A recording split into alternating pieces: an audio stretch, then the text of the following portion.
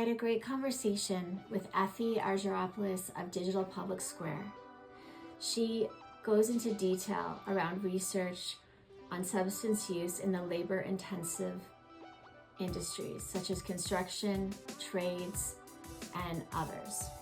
I would like to welcome her today to the podcast, but I'd like to also remind you that if you're struggling with substances, you are not alone. Please reach out to someone trusted. Reach out to me. My number's on the website, Guy Felicella. I will link to him below. And I do something in this podcast I thought I never would, revealing something private but important to debunk a myth. I'm proud today to introduce Effie Argyropoulos of Digital Public Square to Rachel Thexton Connects.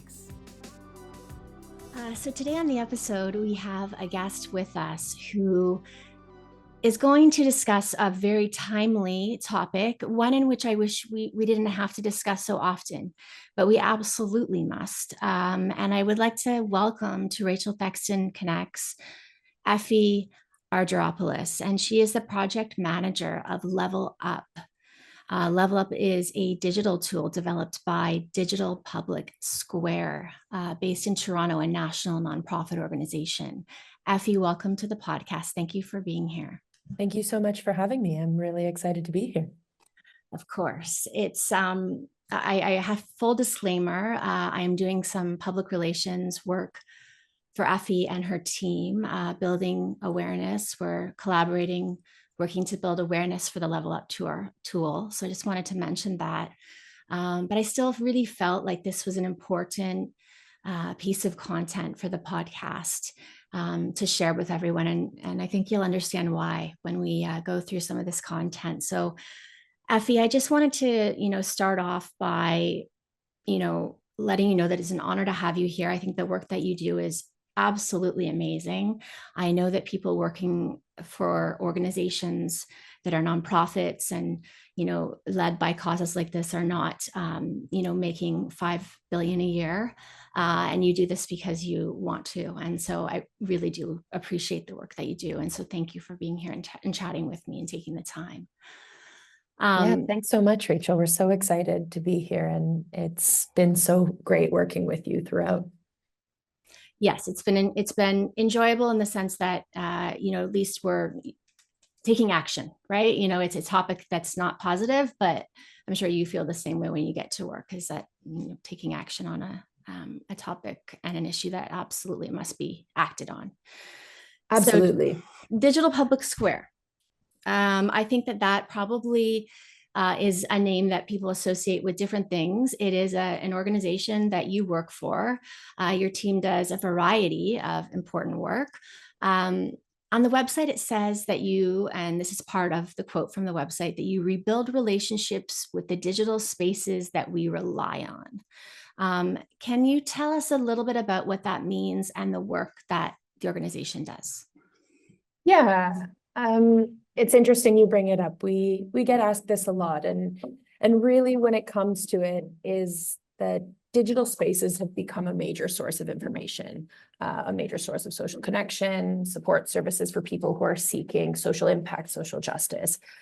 We've seen those spaces increasingly feel less safe or maybe less trustworthy. That could be due to a number of things. That's the impacts of misinformation. That's echo chambers we all get funneled into, maybe the commodification of attention or data, and so much more, really. What we seek to do is build out tools that put the person before the product. We prioritize well-researched information, accessible language, and privacy. And we kind of put that into experiences that are engaging and respectful of people's time and ultimately their interest. It's a saturated information ecosystem. There's a lot of different tidbits fighting for people's attention. In the case of our most recent work, these types of platforms allow participants to anonymously engage with information. So that could be related to sensitive topics, policy issues, while still protecting users from negative repercussions and also decreasing barriers to participation rooted in discrimination or stigma. So all that to say, in sum, digital spaces are important for social impact. those spaces don't always feel so great. We try to make those spaces feel a little bit better. Okay, so yeah, safety and privacy online, especially with such a large stigma associated with the challenges around substance use. What can you say about privacy to those who maybe, as we get further into this discussion, want to use Level Up or another one of the digital tools that you provide, and they're concerned about their privacy? So all of our products created here at DPS take a privacy by default approach. We never collect any personally identifiable information. We never ask users to disclose personally identifiable information. Limiting collection of data includes IP addresses, which can end up limiting our ability to use easier methods to reach our audiences, but we see that as a shortcoming that we're willing to take simply because it's so important that people feel safe engaging with information. So ultimately what that means is, yes, we collect a whole host of data in an aggregate format, but none of it can be traced back to the individual. So insights that could be drawn from those aggregate data insights might benefit things at a more structural level without compromising anyone's privacy, without needing anyone to download an app or have this associated with their work login or email or anything of the like. Yeah, I think not having to download an app is a huge thing, because that would be, I know, especially with cultural components involved, people who are even potentially hiding challenges from those they're living with. They are just so concerned with that getting out, and there is such a strong stigma. It is not right, but it's very much there. So it's great to hear that that's a priority for you. Absolutely. And we have to think too about low connectivity environments across Canada. I'll share a little bit about our program in a bit, but what we'll see is that our audience members very much so might find themselves in very remote, potentially low internet connectivity environments. And we strive to make products that don't require a lot of internet, or maybe don't see that as a barrier. So that is a very intentional choice. I just want to kind of build a context of who you are, Effie, before we get into Level Up, which is a very interesting tool. But can you talk a bit about your journey and kind of how you landed with Digital Public Square? This is using technology. You're looking at, causes and issues that are happening around you that require action. Did you always know you wanted to work in this space? Tell us a bit about your journey? Yeah, I think public health is fascinating. I think public health topics are fascinating. Really, I think everything about our world and lives relates to public health. So that's what I did. That's where my studies took me, and I ended up working for a number of years overseas in local government public health contexts. And that ranged in a variety of topics, from vaccines to food insecurity to well-being. The list kind of goes on. But I had an eagerness to work in nonprofit. I wanted to see what that environment was like when working through difficult public health topics. And so the opportunity with DPS came up as I was making my move back to Canada, and it was a great fit. I was able to apply my public health skills in a new space that really did seek to communicate public health messaging in an innovative way to counter potentially harmful narratives online. Okay. So where were you when you were overseas? I was working in local government in the UK, specifically in North London. Oh, interesting. Fascinating. And it's work I absolutely loved. And because of my love for it, I wanted to take it a step further and better understand how similar concepts could be applied with different structures around them. Okay. So then we are at Level Up, and you are the project manager. Is this a cause that, I don't know how things work within the organization, but was this something that you really kind of put your hand up and said, I want to be a part of this, I want to lead this, or, how did you become, really the one of the champions for Level Up? Yeah, this is a worsening issue.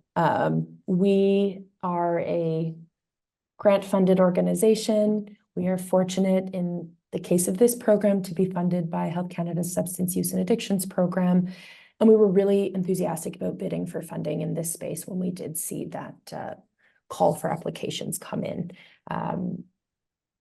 And so kind of leading the public health pillar at Digital Public Square, it was an easy fit for me, especially in the space of creating something that's accessible and engaging and privacy protected.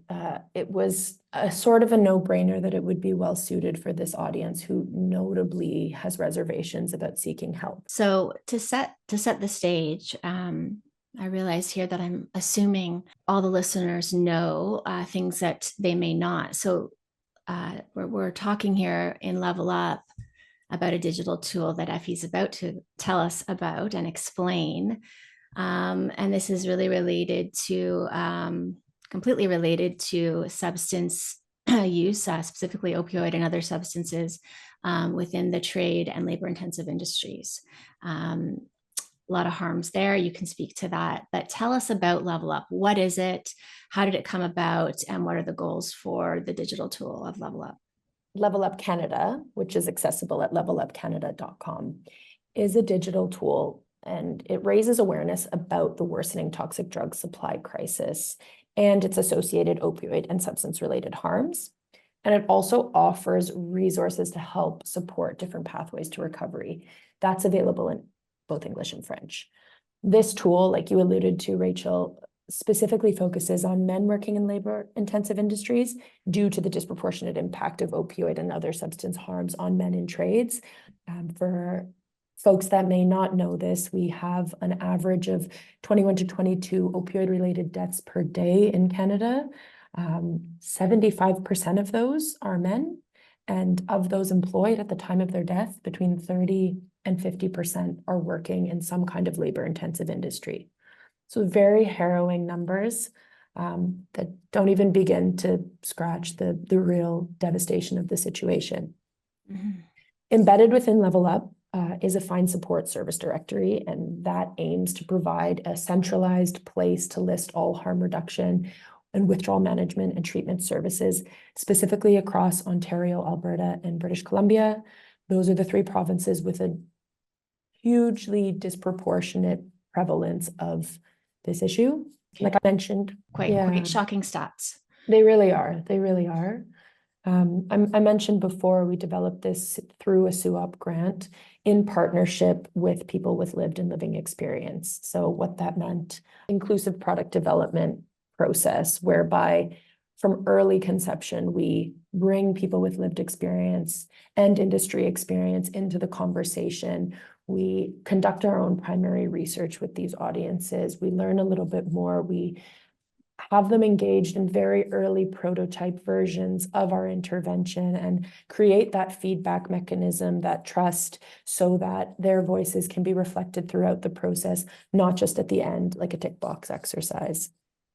But the goals that we're really trying to reach, I mean, we have our overarching goal. We want to help reduce opioid and substance-related harms in men working in labor-intensive industries. But through our conversations with people with lived and living experience, we distilled down how we might begin to contribute to that solution. The goals we strive to see through the engagement with the tool are that greater recognition of the incidence of harms, improved awareness of support services, and increased knowledge of peer support strategies. So having the confidence and the skills to know how you might broach a difficult conversation when you notice someone struggling, with the view that all of these outputs would bring about the desired shifts we'd like to see. So that would include things like increased use, intent to access support services, increased confidence in peer support, and over time, through those aggregate data insights that I was alluding to, healthier workplace policies and practices. You know, when we look at aggregate data insights that are totally privacy protected, we can start to see trends in unique audiences. And that's where human resources support can come in. That's where health promotion support can come in. That's where service provision can come in. So really, this tool has both an individualistic awareness raising component, and it also has a more structural, strategic potential with the data insights that the engagements can yield. Okay. So one of the pieces that really stood out to me, well, a couple of them. So the tool as it stands today, and I know it continues to evolve and you continue to research and add to this, which is fantastic. The most comprehensive collective of national resources for harm reduction and recovery options in those key provinces where you're seeing the most harms amongst men in these industries. I would think that would be valuable. I know that a lot of people, when they're in that spot, even if they've told everyone they know, no one really knows where to turn. And they go to one place, they go to another place. It's not, so having options and having that comprehensive directory, I imagine, would be really incredibly valuable to someone who needs it and wants it. That's right. We want to encourage people to help make the healthiest choice for them the easiest choice. And that's difficult to do when information's really fragmented. Okay. So some of the, I know that you did a lot of research leading up to this, some focus groups and others.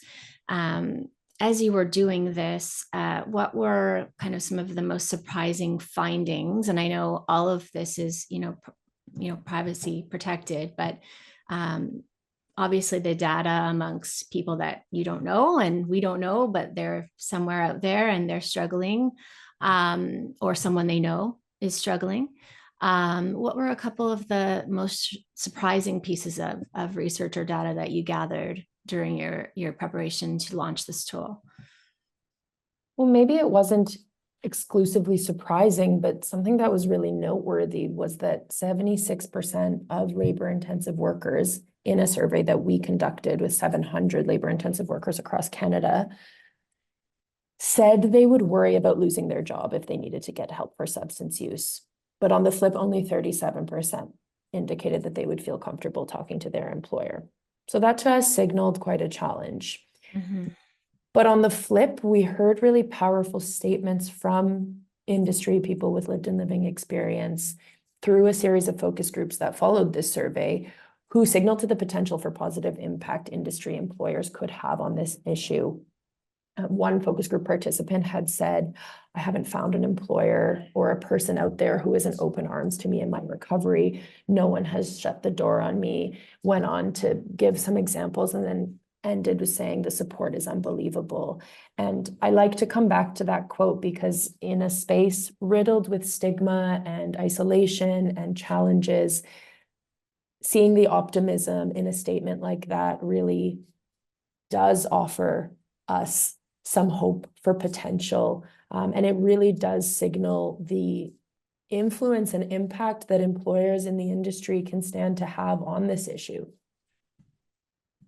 Yeah, I've always kind of felt like those who are working at head office in the corporate space should have much more involvement in this. I know this is a little bit off the pathway, but these, especially in the trade and construction space, building commercial or residential across Canada, it's often, the construction team, a contractor or contractors, but, I don't see a lot of presence of this discussion within, the white collar corporate boardrooms. It seems to be a real taboo topic. And that's why I came out with my story of substance use challenges in 2016. And I think that that's a problem. And I hope that that changes, because as you're saying, this is, 76% are not comfortable, or sorry, 76% would fear retribution. So it's termination, or perhaps being, judged, or maybe demoted or not promoted, or who knows, a variety of those, or all of those. And, once I believe that once the senior level corporate culture becomes involved in that and they are invested authentically in that, that can also change things. What are your thoughts on that? I know that's kind of a bit off of what we were discussing, but No, I think it's absolutely the case. And I've been really pleasantly encouraged to see a lot of industry stakeholders and leaders in this space are taking this seriously. I think we have a ways to go, good. but when we start to have conversations, you really do see the passion that a lot of folks have for this. And that in itself is a hugely powerful thing. We want to tackle problems upstream. We want to make sure we have buy-in from the people that hold more power. And we're only going to do that if we think about those that oversee how things are done. I can't speak to all employers. And of course, the handful of folks that have been so engaged with Level Up to date are perhaps a minority, but I hope in time as we continue raising awareness about this issue that will shift. Yes, there's I think it is slowly shifting. I think it needs to shift faster given the severity, but yes, it is slowly shifting. I agree. And hopefully intensifies. Your organization is based in Toronto. In Vancouver, people tend to have, I'm from the Toronto area in Ontario. So I can't say that I'm a Vancouver native. I don't have that same line of thinking, but, there tends to be this thinking that, Toronto believes they're the center of the country and they don't really think about, they call us in the wrong time zone, or they invite us to an event that's, in Toronto when we live in Vancouver, whatever it may be. But I've noticed that your organization takes, a very authentic and genuine interest in the regions, and actually being, hyper local in reaching those in a way that resonates with the regions, which I think is absolutely vital. As a Toronto focused organization, was this something that you consciously kind of discussed as a team, or it just came naturally, we need to really ensure that these regions are, treated differently as they are? It's a big country and we have different cultures, diversities in each market, et cetera. It's such a good question, Rachel. And, we really prioritize that relationship building across Canada. And that's not unique to this program. That's a standard in all of our Canadian work. And all of our Canadian work has a national focus. Similarly, we've worked internationally. So the concept of connecting with local subject matter experts, connecting with local focused users or audience members, or that is a reality that is very familiar to us and very important to us. Involving thought leaders into our process early, usually before we even have an idea what the intervention looks like, is critical. And we've seen time again how much of an impact that has. We also see through those interactions that regional nuances emerge, sometimes in a big way, sometimes less. And that's a really important thing we need to factor in when we build our tools. In Level Up, we make sure to nod to those regional differences. A really straightforward one is the difference in naloxone administration in Ontario versus BC. It's important that we don't inadvertently disseminate information that isn't going to be relevant to a big pocket of our target audience. Mm-hmm. Yeah, no, that's a good point. You in Ontario, you're using the nose spray. Exactly. Yeah, which I don't know why we're not using that here, because I think it would be an easier way to administer. It can be quite intimidating to use a needle in the muscle. Absolutely. I think there's a whole range of complexities there. But the main purpose is whatever exists, we want to make sure people are accessing the right information. Anything less will erode trust and make it. Yeah. No, you're right. And to be fair, I think, when you're in that moment and you need to actually save someone's life, giving them a shot in the leg is really not on your mind. Your mind is, this person is I'm losing this person, or I could be losing this person. And I need to do whatever I can to save them. So that's fantastic that it's separated by region, depending on a whole load of factors that are different. We are Totally. such a huge nation with such differences. So to recognize those is definitely vital.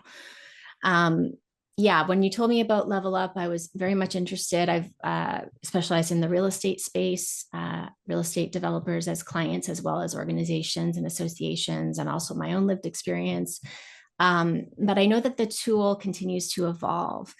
And there are, I know that, I won't speak to the specifics now because they're in the process of being worked on, but I know that you're working on different information gathering and research, and with a variety of folks as we speak. Is there anything you can tell us about the evolution of Level Up since it launched very recently in kind of spring, summer of 2024? Yeah, absolutely. I mean, one of the things we do constantly is optimize the tool, and that just means make modifications to it where we have an indication that a modification could make it more relevant, usable, anything. We base that off of engagement data. So real time, how people are interacting with the experience, and also feedback from our thought leaders and other stakeholders in this space. We often might get comments from folks working in the harm reduction space, and we can make those modifications into the tool in real time and see how they perform. We've kind of talked about how right now the tool covers those 3 provinces, Ontario, Alberta, and British Columbia. We'd love to see this expanded to more Canadian provinces and territories. We'd also love to see this rolled out in industry and other training contexts, like maybe colleges, other trades programs, so that folks actually entering the labor intensive workforce can raise their awareness about this issue early in their journeys. That's that whole prevention angle, and in turn actually be aware of existing resources and strategies if they end up encountering someone they know, or for their own selves, if they might be struggling. We never want to make the assumption that information alone can help a complex need, but information can be a really powerful tool in the prevention space. Yeah, it can be. And also just knowing that, that tool is there, meaning that we see you, we know that you're struggling, tells that individual, I'm not the only one, Totally. they're not making a tool for one person. Absolutely. So Absolutely. that alone is encouraging, I would imagine, to someone who, sees it, recognizes that this is a widespread challenge for those in those industries. So super Absolutely. vital. And I think, part of our work in this space is incorporating different components that are going to help people leave the experience with that exact sentiment you're detailing, Rachel. We've been so fortunate to work with people with lived and living experience who have sat and spoken to us at length in videos, and we're in the process of looking into how we can incorporate that either adjacent to Level Up or within the tool itself, because we feel the power of someone else's lived experience is just so strong that it's something I myself and all my colleagues alike would love to see sitting adjacent to this whole initiative. Yeah, what a great idea. Yeah. The last thing I'll say about this whole space is that, of course, we're seeing housing shortages, we're seeing building booms, we're seeing growing populations, and ultimately shortages of skilled trades workers. All of these factors we know put pressure on laborers. So now more than ever, as that sector grows to respond to that increasing need, we want to be able to catch people early before a problem emerges or gets worse. To date, we've had over 1,500 labor-intensive workers confirmed engaged with Level Up, and it's just been a few months. We actually estimate this real number to be much higher, but it would be great to see that number increasing tenfold in accordance with that increasing sector. Mm-hmm. No, I'm I'm absolutely confident that it will. It is a fantastic tool. And I say that not because I've worked with Effie, but because because this is so close to me, I wouldn't,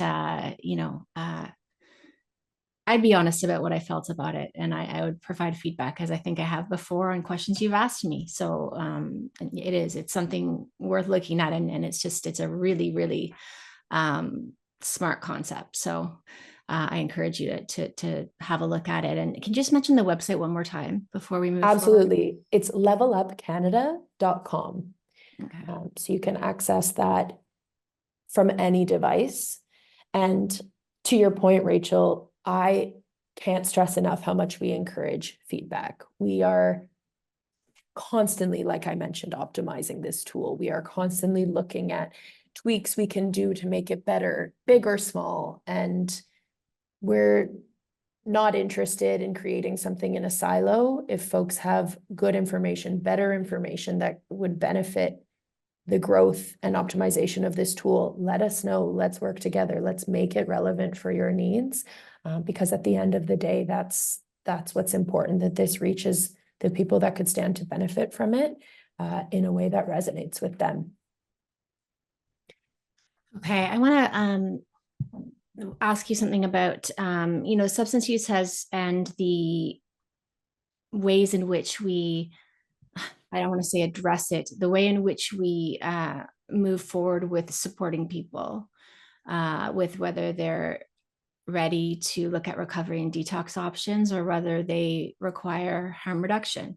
You really cannot, each individual has their own path, as you well know. And so it's important that we look at it that way, but it has become a political issue. There's a huge division, people who feel as though, there's a lot of judgment, a lot of stigma, a lot of stereotypes, a lot of discussion around, forced treatment and other things, closings of, safe injection and use sites that are vital to saving lives in Vancouver and probably across Canada.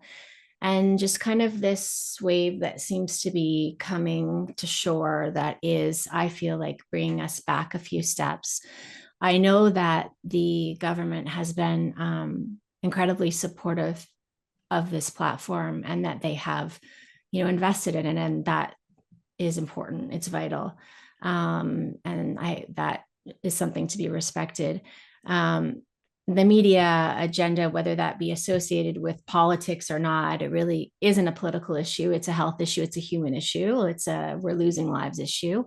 Any thoughts on how we can break down these stigmas? I don't think having, political debate is really, all that helpful, although I see it happening all the time and it breaks my heart. But these stigmas that are deadly, they leave people so ashamed that they won't even tell, their closest friend that they're struggling, whether they're ready to get well or get healthy, if they've gotten to a point where they're unwell or not. And I ask guests this who are associated in any way with substance use related content this question, and it's a really hard one to answer, so I don't expect an answer that's going to be, if you have the answer, Effie, you're going to be on the evening news tonight. But I'd love your ideas on breaking down these stigmas and stereotypes, because I've had a guest, Guy Felicello, say that the stigma is just as deadly as the drugs themselves. These people alone and isolated, which in turn can leave them passing and leaving us. Totally. And I think what you've just highlighted is that the intricate link between mental health and substance use. We cannot segment the two. We cannot talk about one without talking about the other. I don't know if I have the answer, but I just kind of, to your first point in this question, it is very unfortunate how politicized this issue has become, because it totally detracts from the work that needs to be done and casts doubt on the amazing work that's being done by a wide range of community service providers. I think that the fact this issue has become politicized speaks to a broad lack of understanding and barriers to even discussing the issue, not just by those that are more disproportionately impacted, but by those making decisions, by those in totally separate spaces. So it's important on an issue like this or any other that policy decisions are data-driven always. And unfortunately, some of the recent decisions have not reflected the latest evidence. So when we talk about stigma, our research has highlighted the ongoing barriers imposed by stigma in the workplace. We've seen how employers and colleagues can have a role to play in breaking down those barriers if we can empower them with the knowledge to know when to spot a problem and how to broach it, and the knowledge to spot a problem and know what resources exist, and the confidence to be able to have a difficult conversation. So there is an opportunity there to make a positive shift. If we can deliver information confidentially and rapidly and empower people with that confidence, we really stand to create an environment that's more supportive, more understanding, and less conducive to the proliferation of stigma. It's a process. It is not a light switch solution. But it's something we have to tackle, even if it's slow.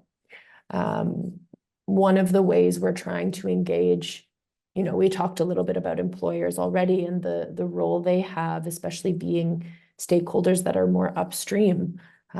We have developed toolkits for employers in this space who might want to disseminate Level Up, who might want to learn a little bit more, who might want the language to be able to share it with their workforce.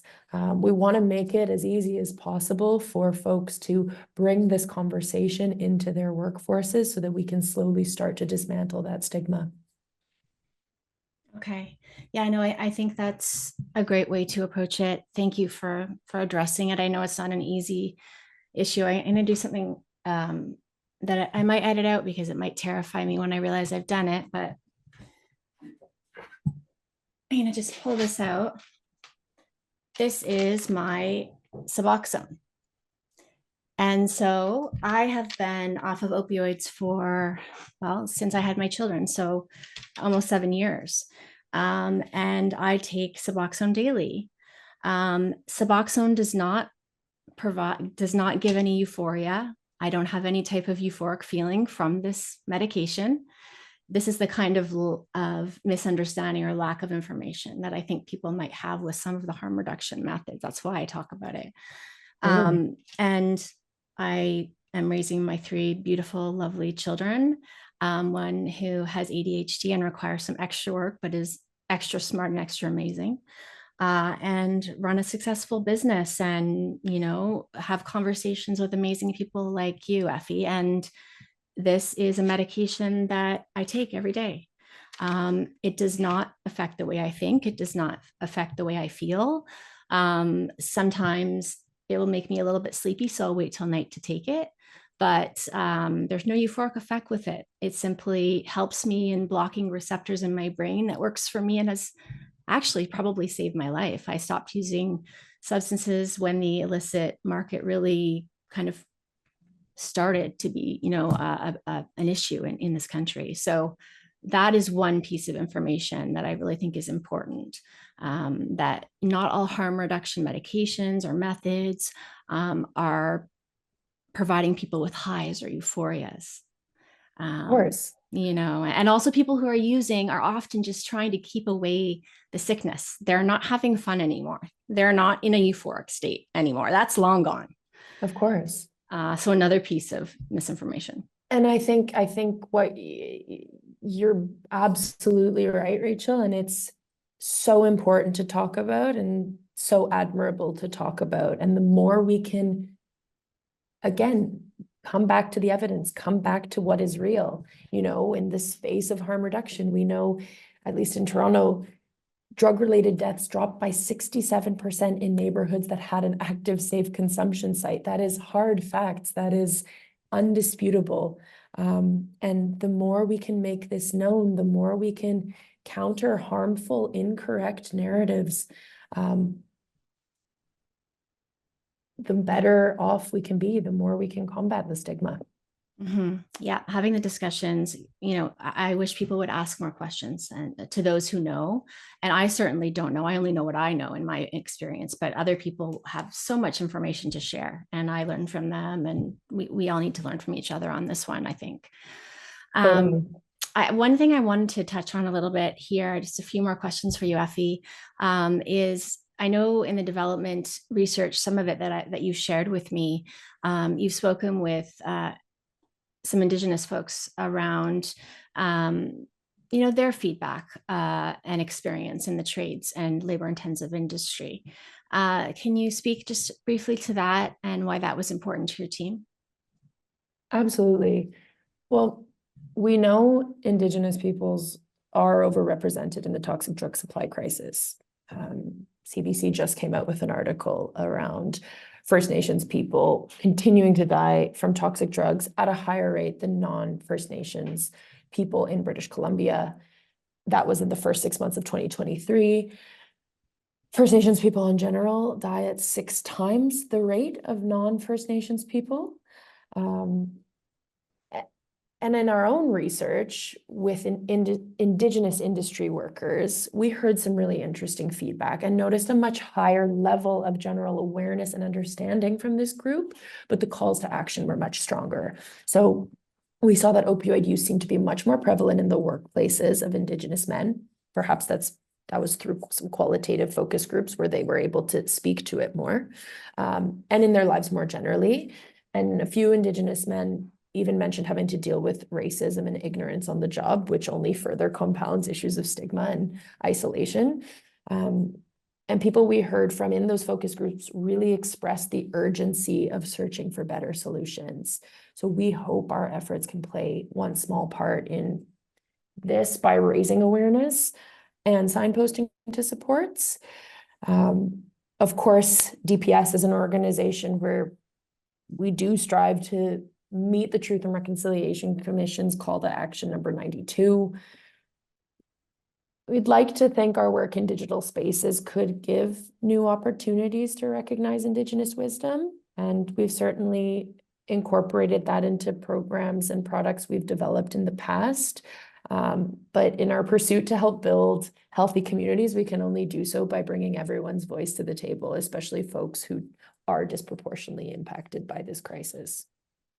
Yeah, no, I thought that was so vital. I know from working with Indigenous clients and having guests on, friends and colleagues from various nations in British Columbia, that Indigenous people often feel like others are speaking for them on issues that affect them.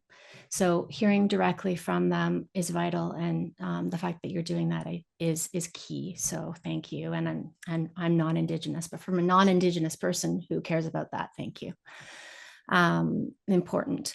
What has been the most fulfilling part of working on this project, or others? But I imagine Level Up is really front and center in your mind right now. Yeah, it's so much of it is fulfilling, but of course, the most fulfilling components come when you see that direct impact. And I am someone who loves connecting with people. I love talking to them. I love hearing what challenges they have. I like trying to come up with solutions for them. So I'm sure anyone feels positively about this, but I especially when I can have actual conversations with people and they share back with me, it can be the most meaningful thing in the world. I'll give you an example. We were lucky to speak with a group of apprentices, and in front of all of their colleagues, and these are people early in their labor-intensive careers, someone blurts out, "You guys are going to save lives with this."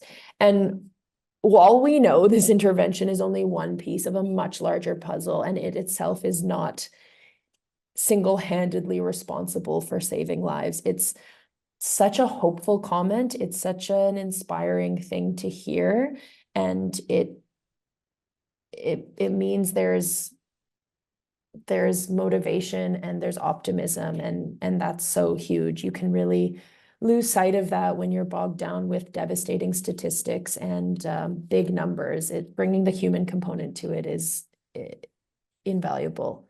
And of course, we've also had the pleasure of speaking with a lot of thought leaders in this space. I've learned a lot. I've always looking to learn more.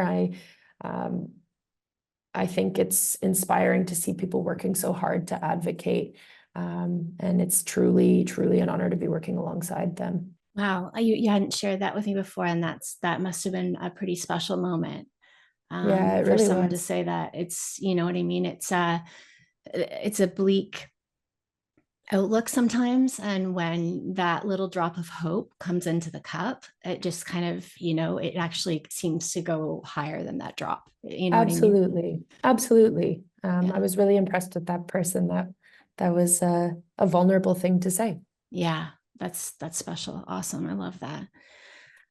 Personal goals for you, Effie. So, I mean, we've talked a lot about the tool and a lot about the work because it is vital, it is timely. But I always make it a priority because it's important to me to really get to know who my guest is. And I'm sorry that we haven't had more time to talk about that because we're talking about this issue and you know so much about it. And I'm picking your brain on all of these things. But separate from your work on Level Up, what's next for you and what would you really like to accomplish? What's on your kind of bucket list of things that you really want to do when it comes professionally, personally, whatever it may be that comes to mind? I love this question, Rachel. You've had me thinking about things that anyone should be thinking about. But one of my favorite pillar sayings in the public health space, or just well-being space, whatever you want to call it, is let's make the healthy choice the easy choice. And it sounds a little bit, no, it doesn't even sound corny. I take that back. I love that saying. And what I want to do, what is truly the most meaningful for me is helping to create mechanisms that make the healthy choice the easiest choice, whether that's generating more accountability for policymakers, to make the healthy choice the easy choice for their constituents. I just find that too often the onus for behavior change is on the individual when we know that so many structural factors go into our behaviors and our relationship with the world around us. So I get really enthusiastic about the power of data. That can be numbers and that can also be anecdotes to help advocate for that structural level change. And so I don't necessarily know what specific topic area that looks like. It doesn't even really need to look like one or the other, but anywhere where we can start to shift the focus on making the thing that's going to be best for someone the easiest thing for them to do, that's a huge win for me. Well said. It's the work that Effie does is phenomenal. These are the people who are, putting the hammer to the nail, who are painting, who are, doing various work in forestry, doing the hard work to build and create and work with our resources to keep our economy moving. This is talent that we rely on heavily and we need to support. And so Level Up and Digital Public Square, Effie as the project manager of this, it's just incredibly timely and important. I know, Effie, that you work with a nonprofit, but I ask every guest at the end of the episode if there's one or two nonprofits that are close to their heart that they would like to highlight. So I'm wondering if you have a couple that you'd like to highlight today. Yes, I have three. I Sure. have three I'd highlight. It's so hard to pick just one, and there's so many more. But I've been so impressed with the work of the Vancouver Island Construction Association. They've done a fabulous work with their Tailgate Toolkit program. They are absolute thought leaders in this space, and I'm very, very impressed with them. It's a resource we often go back to marvel at. Here locally, St. Stephen's House Community Organization, they recently hosted a big demonstration in light of their safe consumption site being one of the ones mandated to close here in Ontario. And it was just such a powerful display of community and the power of harm reduction and what it could do. I was so moved, and they're just a fabulous, fabulous group. And I want to highlight an organization based in Atlantic, Canada. It's Workforce Warriors. They were early supporters of this work. They were kind of in support even before we had funding approved for it. And they work specifically to provide equal opportunities for Indigenous people to participate in the Canadian economy while maintaining their culture and family structures. And they, understandably are big advocates for this issue and for doing everything we can to address it. So those are my three. Okay, I will make sure to link to all three. They sound fantastic. I'll look into the three of them. I know the first. The second two I'll look into, but I'll link to all three so people can have a look at them online and learn more about them and donate if you can. Support them in any way that you can. Thank you, Effie, for taking the time to be here today. I look forward to seeing how Level Up continues to evolve and spreading the word, collaborating with you to, talk about this and to let people know how amazing this tool is. So thank you for taking the time today, Effie. I really do appreciate you and your work. Thank you, Rachel. It's always such a pleasure to work with you, and we're so excited to see what we can build together. Awesome. Take care, Effie. Thank you. Be kind and truly connect. You're listening to Rachel Thexton Connects.